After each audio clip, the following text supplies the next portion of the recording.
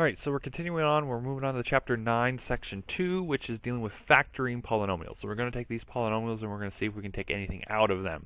But before we can take something out of them, we got to see how do we put something in them.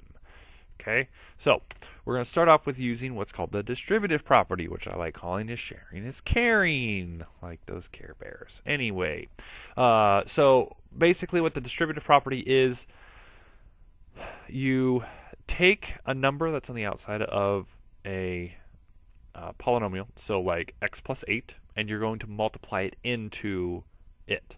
You're going to scale it up by something, if you want to think about it that way, make it larger by a certain number.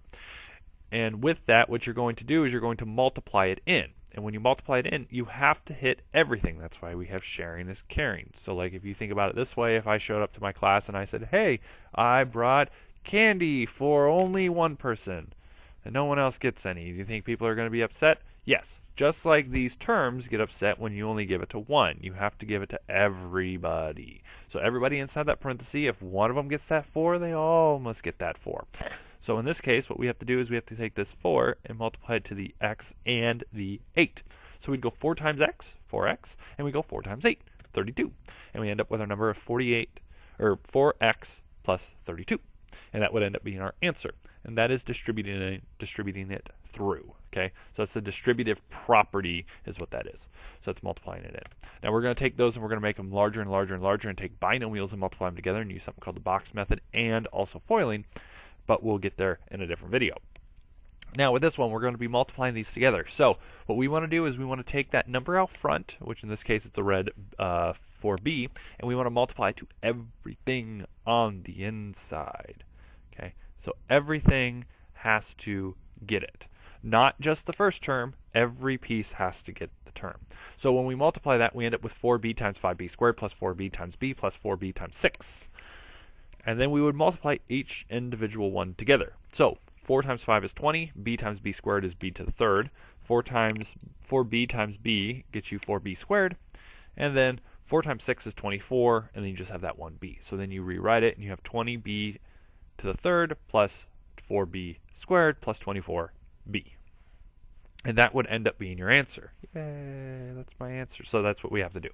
Okay, so now we move on to our next one, and I'm going to give you guys some time. What I want you to do is you can pause the video, and I want you to try to multiply this one through and try to get your answer. Hint, first one should be about negative 21 h to the third power.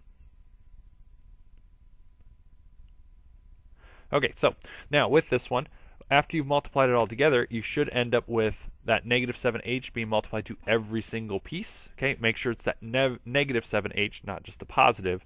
And as you see, I've moved this negative, or that subtraction of 8h, and I've moved it and kept it with the 8h. So it's a negative 8h. Okay, same thing with that 1. And so when you multiply everything together, you end up with your negative 21h cubed plus 56h squared plus 7h, and that would end up being your answer. As you see, you can't combine anything afterwards. Okay, so that's multiplying numbers in. Okay, moving on. Factoring. So when we are factoring, what we want to do is we want to list the prime factors of each. So what we want to do is when you probably learned how to do factoring, use the tree. So if you're given a number, let's say 6, and we want to factor 6. What two numbers multiplied together gets you 6, and we want to break them down to its primes. So two numbers multiplied together get you 6 would be 2 and 3. Are those both prime numbers? Yes, they are. They can't be broken down anymore. So we end up with 2 and 3. And then how many m's do we have? In that first one, we have m cubed, which means we have 3 m's. We do the same thing with the 12. Okay. 12 can be broken down to 4 and 3. 3 is a prime number, but 4 is not, so we have to break 4 down. And 4 can break down to 2 and 2. And when we break 4 down to 2 and 2, now we have our prime numbers. So again, prime numbers are 2, 3, 5, 7, 11, etc. Okay, so you break it down to its primes. Now how many m's does 12 have? It has 2. And then we do the same with 24. So those are the prime factors of each one. So you see we have all our numbers. The 6 is broken up into 2 times 3 times m. 12m squared is broken up to 2 times 2 times 2 times 3 mm. And 24 is broken up to 2 times 2 times 2 times 3m. Okay, which if you did your prime factors, you would also see that get your answer.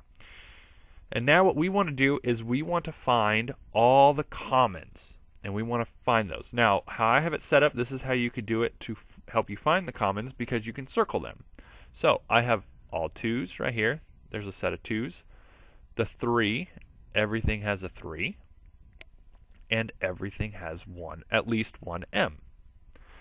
Now, those numbers that I've circled, 2, 3, m, you are going to be multiplying those together, and that is called your GCF, which stands for greatest common factor. Now, your greatest common factor is 6m, which is 2 times 3 times m.